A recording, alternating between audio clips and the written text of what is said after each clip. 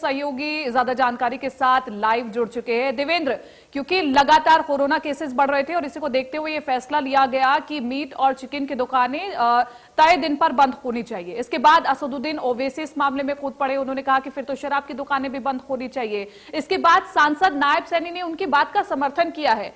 क्या मायने इन दोनों बयानबाजी के निकलते हैं?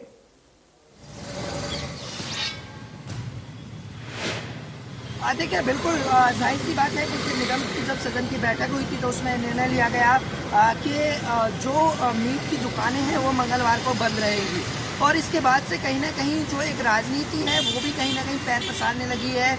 और इस आदेश के बाद जहां मीट विक्रेता हैं उनका ये कहना है कि महीने के 4 दिन यदि वो बंद करेंगे तो उनको काफ़ी नुकसान हो सकता है। लेकिन दूसरी तरफ राजनीतिक तौर पर देखा जाए तो असदुद्दीन ओवैसी की तरफ से जिस तरह से कहा गया है कि शुक्रवार को भी शराब की दुकानें बंद रहें, क्योंकि जिस तरह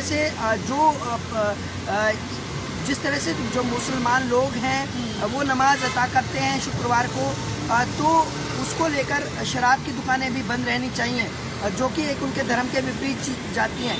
तो निश्चित तौर पर कहीं ना कहीं अब इसमें एक राजनीतिक मोड़ लेने लगी है। और गुरुग्राम नगर निगम की तरफ से जो निर्णय लिया गया उसमें मंगलवार है, क्योंकि इसके अलावा जो दूसरे बाजार हैं उनके लिए भी एक दिन सुनिश्चित किया गया है जहां बाजार बंद रहते हैं।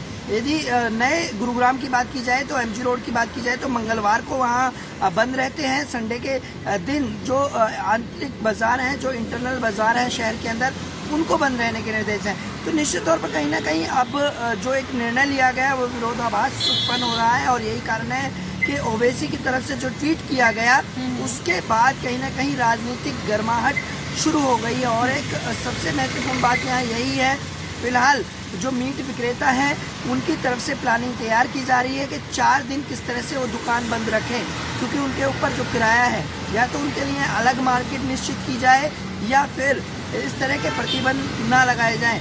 क्योंकि इसके अलावा जुर्माना भी बढ़ाया गया है। यदि जो खुले में मीट बेचेगा, यदि कोई जो सुविधाएं हैं वो नहीं दी गई तो उसके अलावा जो चालान कटेगा वो 500 से 5000 तक का होगा। तो निश्चित तौर पर हाँ, देवेंद्र भारद्वाज, क्योंकि अक्सर ये देखा जाता है, अगर हम बात असदुद्दीन ओवैसी की करते हैं तो वो हर बात में कहीं ना कहीं से धर्म का एंगल निकाल ही लाते हैं। चाहे हम बात करें, क्योंकि पिछले कुछ दिनों में उन्होंने उत्तर प्रदेश में जो अपराधियों की संख्या है उनमें भी उन्होंने धर्म का एंगल निकाल लिया था। अब यहाँ पर चिकन और मीट की दुकानों में भी उन्होंने कहीं ना कहीं ये कहा है कि फिर तो शराब की दुकानें भी बंद होनी चाहिए। अब सांसद नायब सैनी जब इस बात का समर्थन कर रहे हैं तो क्या लगता है कि असर पड़ता है? क्या सरकार विचार कर सकती है शराब की दुकानों को भी बंद करने का? देवेंद्र,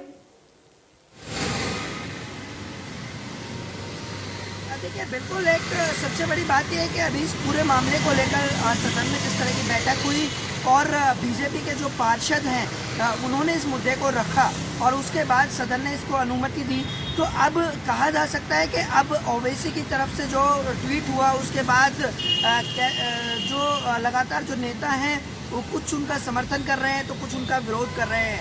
लेकिन इस बात के विरोध और समर्थन के बीच सीधे तौर पर कहा जा सकता है कि सबसे बड़ी बात है कि जो मीट शॉप देता है उनका क्या कहना है, क्योंकि उनकी तरफ से भी किसी तरह की रणनीति तय नहीं की गई है। क्योंकि अमूमन तौर पर देखा जाता है इस तरह के मुद्दे जब सामने आते हैं तो राजनीतिक रोटियां सेकना राजनेता नहीं भूलते, चाहे वो किसी पार्टी के हों।